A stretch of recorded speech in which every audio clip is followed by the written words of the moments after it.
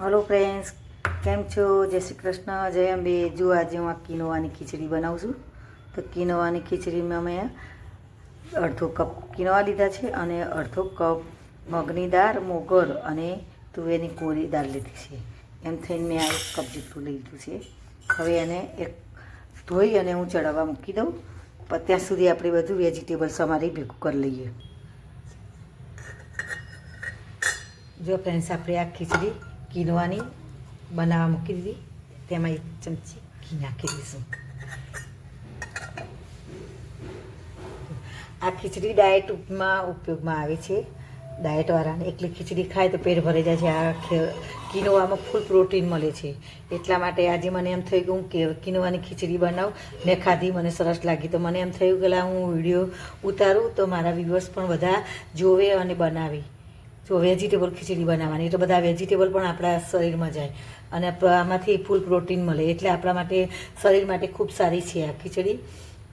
Friends, જુઓ આપણી ખીચડી થઈ ગઈ છે, સીટીઓ વાગી ગઈ છે. અને હવે હું આ વઘાર માટે વેજીટેબલ વઘારી દઉં. એના માટે અમે ઘી નાખ્યું છે.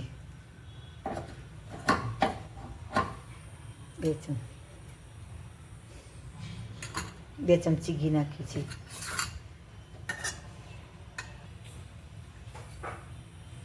અને 1 ડોકલી તેલ. નાની ડોકલી છે એટલે 1 ડોકલી તેલ લીધું. 1 ચમચી રાઈ, 1 ચમચી જીરું,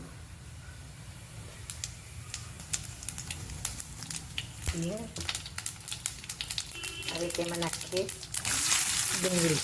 હવે બટેકા ધોઈ અને સરસ કરી રાખીએ. 1 મીડિયમ સાઈઝનું બટાકું લીધું છે.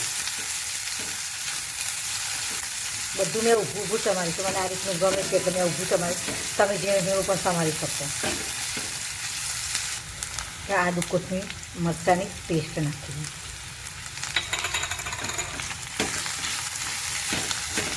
ગાજર નાખી દેવાના. મરચાં અને આદુની સ્લાઈસ કરેલી છે જો એ નાખી. જો લસણની પણ સ્લાઈસથી કાપેલી છે એટલે લસણ હવે નાખી દેવાનું.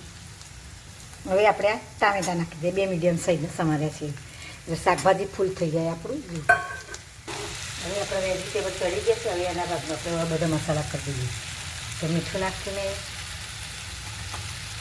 ગરમ મસાલો અડધી ચમચી જેટલી મરચું, અડધી ચમચી હળદર, 1 ચમચી ધાણા જીરું. આપણે ખીચડી નાખી દઈએ. ખીચડી બનાવી છે કિનોવાની. થઈ ગયું. બધા મસાલાને બધું અંદર સરખું ગળી જીરું. આ ખીચડી આપણી ડાયટ ખીચડી અને પ્રોટીનથી ભરપૂર. બધા શાકભાજી, દાળ બધું, અને બીજા શાકભાજી નાખવા તો નખાય, પણ એ થોડુંક અમને ટેસ્ટ ઓછું ફાવે છે એટલે મેં નાખ્યું. દરેક પોતાના ટેસ્ટ મુજબ શાકભાજી બધી નાખી શકે. આ ઉપરથી ઘી નાખી અને આપણે હવે ખીચડી હલાવી દઈશું. જો આપણી આ ખીચડી તૈયાર થઈ ગઈ છે. ઘી નાખી હલાવી દીધું. આ ડાયટ ખીચડી તમે પણ આ રીતે બનાવી શકો છો અને પણ બધા દરેકને ભાવે એવી છે ખીચડી. નાના મોટા દરેકને ખીચડી આ ભાવે અને પ્રોટીનથી ભરપૂર છે. એટલા માટે બાળકોને પણ ખવડાવવી જોઈએ અને મોટાઓને પણ ખાવી જોઈએ.